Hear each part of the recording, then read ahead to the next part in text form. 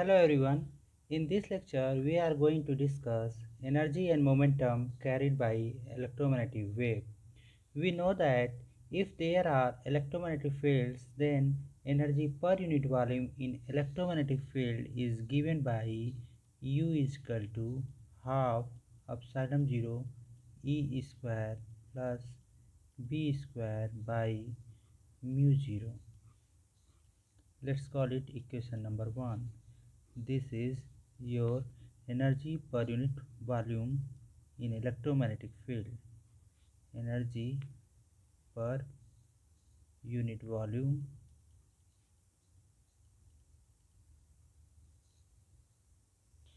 and we also know that energy per unit area per unit time transported by the field is given by the Poynting vector.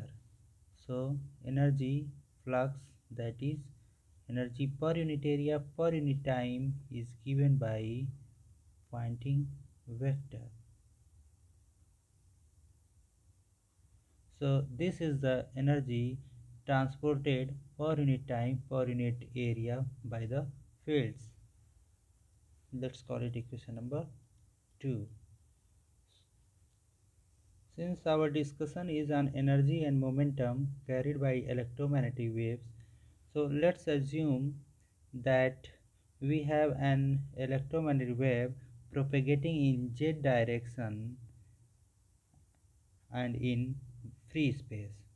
So what I am assuming? I am assuming that there is an electromagnetic wave which is propagating in vacuum and in z direction. So such type of wave can be represented as shown in, as I am going to show in this figure.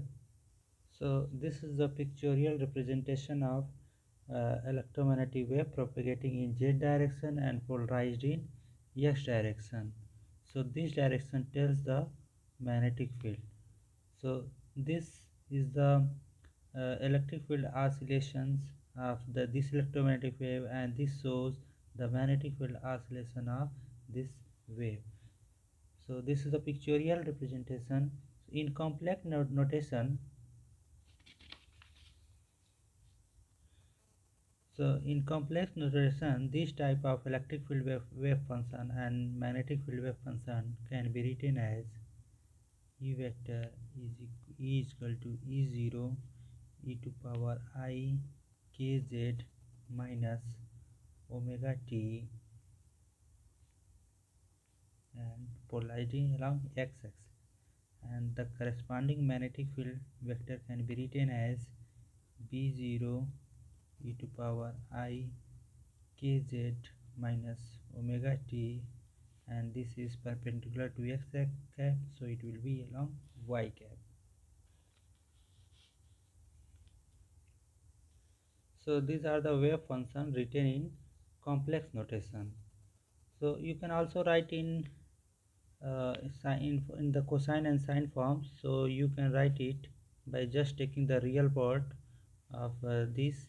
So you can write it as E vector is equal to E0 cos kz minus omega t, and corresponding magnetic field can be written as B0 cos kz minus omega t. So let's call it equation number 3 and equation number 4. So these two equations are same. So what is the difference? Sometimes it is convenient to use the complex notation, because if from the Euler formula you can write it as cos theta plus I sin theta. So when we write in this form in complex notation, so in order to find out the final result of electric field or magnetic field, we just take the real part of this. So there is no problem with which notation we are using. So let's so this is your En, electric field wave function and magnetic field wave function of a wave propagating in z direction. So this term tells you the direction of wave propagation. So and this the omega is the frequency of oscillation of this wave. Since E0 is equal to c times of B0 for a wave which propagates in vacuum or in free space, so we can write E square is equal to c square B square. Okay, so let's call it equation number 5. Okay, now from equation number 1 and equation number 5 we can see that 1 by 2 epsilon 0 E square in place of B. Okay, in place of B we can write as E square by C square divided by mu 0. So this was the electric field contribution and it was the magnetic field contribution. Okay, and we also know, now let's see here, we also know that c square is equal to given by 1 by mu 0 epsilon 0. So when you substitute here, so mu 0 and mu 0 will cancel and you will get epsilon 0 E square. And you can also write it as epsilon 0 E0 chi square cos square kz minus omega t. Okay, so let's call it equation number 6. So from this equation we see that the electromagnetic energy per unit volume is equal to epsilon 0 E square, whereas we have from this it is clear that 1 by 2 epsilon 0 E square is the contribution of electric field wave function. So both the electric field component of electric field contribution and magnetic field contribution are same. So the energy are equally stored by both electric field and magnetic field. So we say that electric field and magnetic field contributions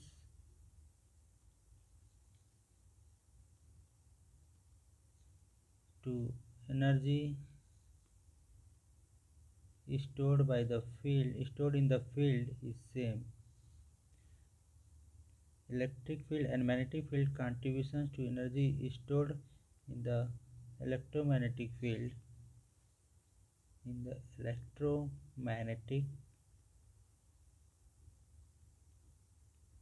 field is equal. So U is the energy in the electromagnetic field. So U is the energy per unit volume in the electromagnetic field.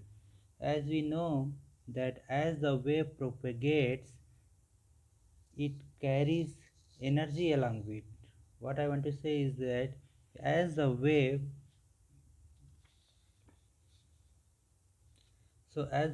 propagates in the medium, let's see from this diagram. So this wave is propagating in z direction. So as the wave propagates, okay, so as the wave propagates or you can say that as the wave travels in the medium, it carries energy along with it. The energy flux density per unit area per unit time transported by the field is given by Poynting vector. Okay, so S is the energy flux, that is energy per unit area per unit time transported by the field. So 1 minus mu 0 E cross B, this is your Poynting vector. Okay, now from equation number 3 and equation number 4 we will substitute for E and B.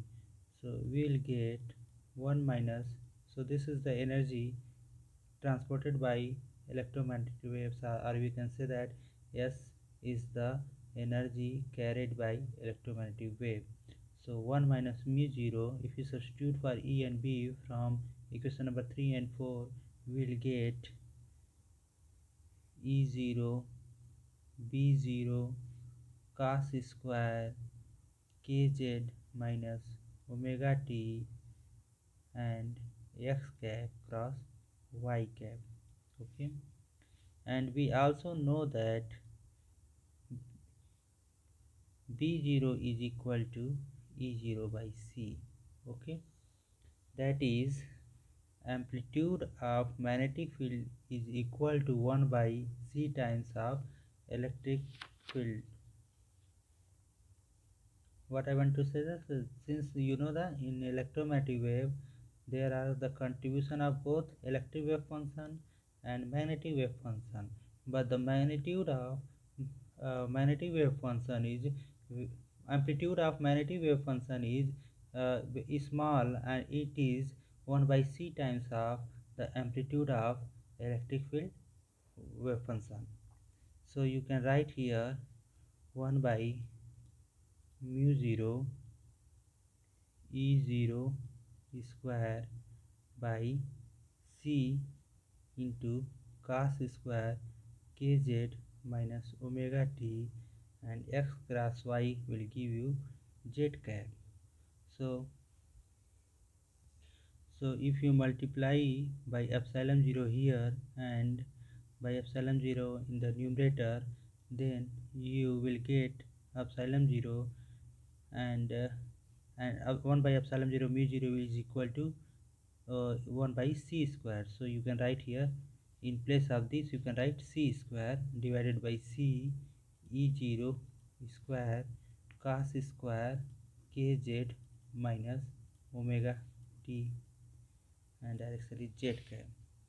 So c and c will cancel, so we have Pointing vector, that is energy is transported by the electromagnetic wave per unit area per unit time, is given by this expression: epsilon 0 c 0 chi square cos square kz minus omega t z cap. So this is your equation number 7. So now comparing equation 6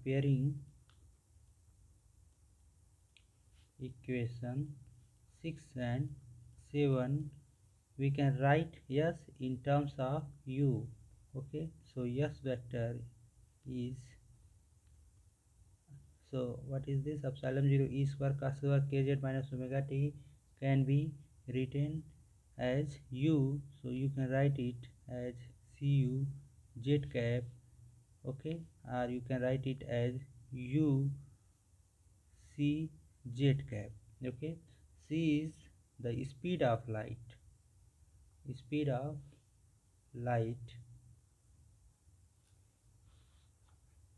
and when and cz cap is the velocity of light, because it includes direction.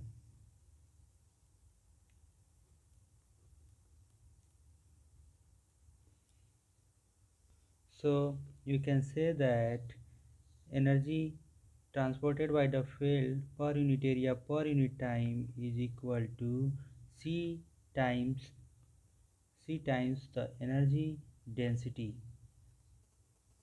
In other words, you can say that S is u times the velocity of waves. Let's call it also equation number 8. So now let's assume that the electromagnetic wave that we are considering is in the form of beam, and it moves with velocity c, and the cross section of this beam is A. So suppose this is the beam and it has a cross section A. So this beam will in time delta t, if it has a cross section A in time dt, so this beam will move a distance given by c delta t. So in time delta t, the cross sectional area of beam uh, cross-sectional area of this beam uh, passes a distance c delta t. So the volume, so the energy that is carried by this carried by the beam in this time delta t is given by u into u is the energy density, so and the volume is your ac delta t. So this is the energy carried by the wave in time delta t. Okay, so the energy per unit area per unit time can be written as so per unit area means I have to divide by a, for per unit time I have to divide it by delta t. So if you do this you will find this is u into c. So the energy per unit area per unit time is equal to c times u times of the velocity of the wave. So s is uc. Since s have a direction, so you can write like this: magnitude of s is equal to u by u into c. So what does it mean? It means that energy carried by electromagnetic wave per unit area per unit time is equal to energy density times the velocity of light. So we can say that if you know the energy density, then you can find out the energy carried by electromagnetic waves. And also if you know the electric field component and magnetic field component of the electromagnetic wave, then you can also find out the energy carried by electromagnetic wave. Electromagnetic wave, so this was the energy carried by electromagnetic wave na. So in a electromagnetic wave not only carry energy but it also carry momentum. Okay,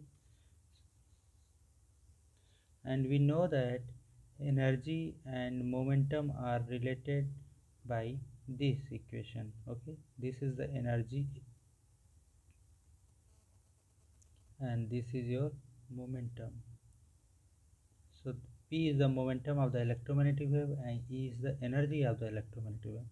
We are already familiar with this expression. This is for an electromagnetic wave which moves with velocity of light. Okay, so E is equal to Pc is the relation, and in order to find out the it's better to express it in terms of energy density. So to do this we need to divide the both side by volume. Okay, so E by V gives the energy per unit volume, so this is your U. Okay, and this is uh, P is the momentum per unit volume, so it we can be called as momentum density. So here U is the energy density and PD is the vector quantity, so it is the momentum density. Okay, and this can also be written as you know that you can write this u as s vector by c. So your momentum density will be equal to s by c square. So this is your momentum density. So if you use equation number 8, we can write the momentum density as epsilon 0 by c E0 square cos square kz minus omega t, and the direction will be along z cap. So since epsilon 0 E square is equal to u, so you can also write it as U by C z cap. So in this way we have obtained the energy per unit area per unit time, that is energy flux is carried by the electromagnetic wave, and also the momentum carried by the electromagnetic wave. So in this way we have obtained two expressions. Okay, so this equation number 8 gives the energy per unit area per unit time carried by the electromagnetic waves, and it is the momentum density carried by the electromagnetic wave. So let's call it equation number 9. So let's summarize the results that we have obtained so far.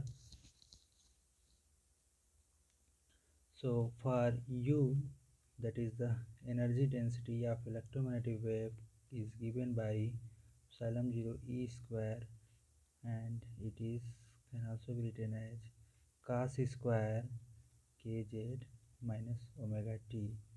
Okay, this is your first result. Let's call it A. And other result that we have obtained is Pointing vector, that is energy per unit area per unit time transported by the field, is given by Cuz cap, and it can also be expressed as E0 epsilon 0 C E0 का square cos square kz minus omega t, and direction of propagation of the electromagnetic wave. So this call it equation number B. Okay, and the third relation is for momentum density. Okay, so your momentum density can be expressed as U by C z cap, and it is also can be written as 1 by C epsilon 0 E0 ka square cos square kz minus omega t z cap. This is the third relation. So U, S and T all have a cosine square term, and this cosine square term include the frequency. So we can say that energy density and energy carried by the electromagnetic wave and momentum density that is expressed by these equations fluctuates with time with frequency omega. So these quantities fluctuate with time, but uh, we since our these variations, that is the time period of these oscillations, are of the order of minus 10 to the power minus 15 seconds. So time period is so small that any macroscopic measurement will encompasses many cycles. Therefore, this fluctuation cosine square term is not very interesting for energy and momentum density. Therefore, we want average value of these quantities. So, if you take the what we want average value of energy density, average value of Poynting vector, and average value of momentum density. Okay, so average value of this can be obtained by epsilon 0 E0 square cos square kz minus omega t. So since these terms are constant, so you can take it out. Okay, so and you have to only take the average of cos square kz minus omega t. Okay, similarly for yes, you will have the expression E square, and average value of S is given by cos square kz minus omega t, and the third term will also can be average of momentum density can also be expressed as 1 by epsilon 0 E0 ka square into average of cos square kz minus omega t. So here these brackets denotes the time average over a complete cycle. Okay, so we for the time average of energy density and Poynting vector and momentum density, we only need to find out the time average of this term cos square kz minus omega t. So in order to find out the average value of this cosine square term, we can use the general definition of average. So that is 0 to t cos square kz minus omega t. Okay, where omega t, and this is with respect to dt. Here omega is equal to 2 pi by t. So you can write it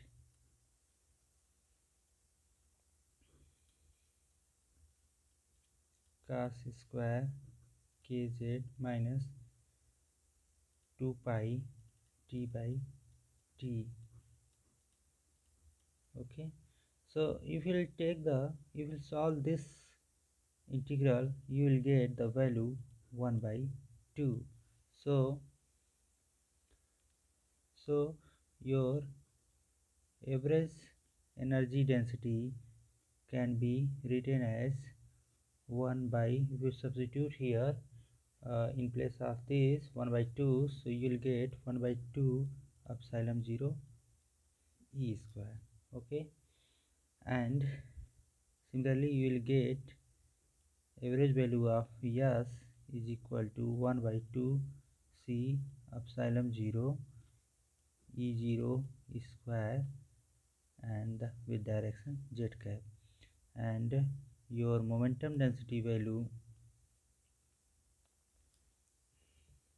your momentum average of momentum density can be written as 1 by 2 C epsilon 0 E0 square z cap.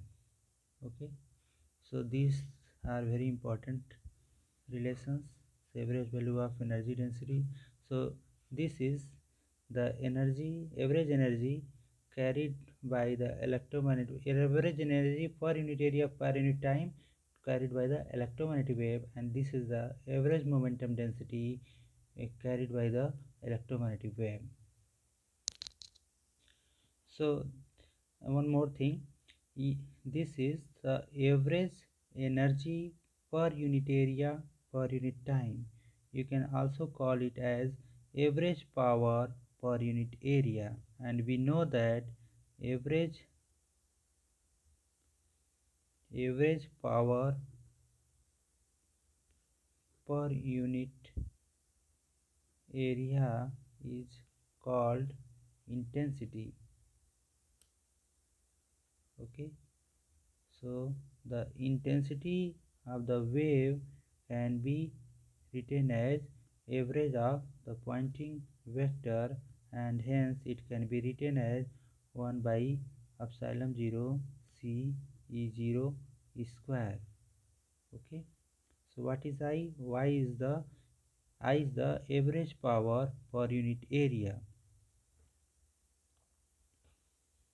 So for example, if you have a 100 watt bulb, the power of the bulb is 100 watts. So if it dissipates in area A, so I will be equal to 100 by A, and it is also equal to S. Okay, so in this way you can relate this. So what is I? I is the average power per unit area, and it is called intensity of the electromagnetic wave. So energy, so what is S? This is the average energy per unit area per unit time. You can also call it as average power per unit area, and average power per unit area is your intensity. So this is also a very important result, and this will be required to solve the many of the numerical problems. Now let's discuss the radiation pressure.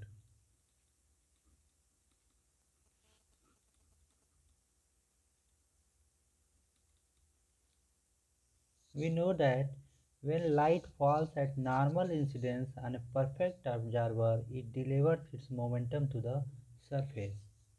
And rate of change of momentum per unit area of electromagnetic wave is equal to the radiation pressure. So the pressure is, as you know from very basic, that the pressure is defined as force per unit area, and force can be written as dp by rate of change of momentum divided by per unit area. So the rate of change of momentum per unit area is the radiation pressure exerted by the electromagnetic wave. So by this definition you can write it as dp by a dt. So if you multiply with velocity c, okay, then uh, this term a dt into c, or write it like this, ac into dt is your volume.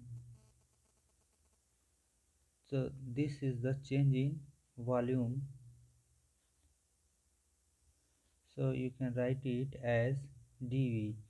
So from here you can write as dp by v multiplied by c. Okay, so this is your dp by b is your, this is your momentum density. So you can write it as momentum density multiplied by c. So your radiation pressure exerted by an electromagnetic wave can be expressed as pd multiplied by c. One thing to note here, this pd is the average momentum density.